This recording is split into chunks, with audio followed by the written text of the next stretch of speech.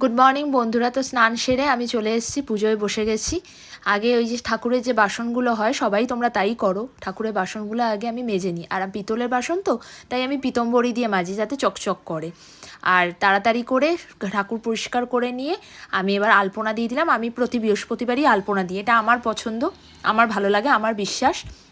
জানি না কার কী মত, তোমরা কে কে আমার মতো এরকম প্রতি বৃহস্পতিবার আলপনা দিতে পছন্দ করো, আমাকে কমেন্ট করে নিশ্চয়ই জানিও।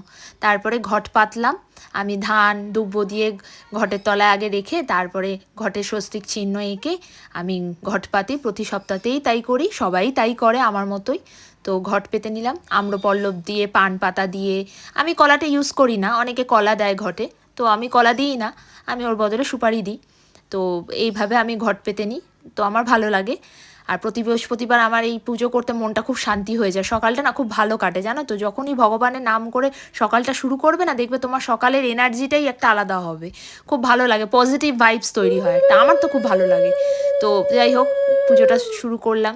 আর একটা না এক মনে করি আমি, না তখন কারোর সাথে কথা বলা, কেউ ডিস্টার্ব করুক, আমি এসব একদম পছন্দ করি না। আমি ভীষণ তখন ওই জগতেই ঢুকে যাই এরকম।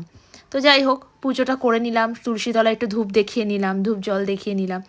এবার বসে পড়লাম পাঁচালি পড়তে। দোল পূর্ণিমা নিশি নির্মল আকাশ, ধীরে ধীরে বইতেছে মলয় বাতাস, লক্ষ্মী দেবী বামা করি বসি নারায়ণ, করিতেছে নানা কথা সুখে আলাপন, হেন কালী বিনা নিয়ে আসি মনিবর, নারায়ণের সাক্ষাতে কহিল বিস্তর, পলকের তরে তব নাহি কোন স্থিতি, মর্তবাসী সদা তাই ভুগিছে দুর্গতি।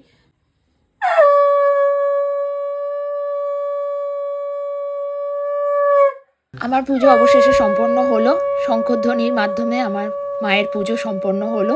তা আমার ভিডিও কেমন লাগছে জানিও, দেখা হচ্ছে পরের ভিডিওতে, টাটা।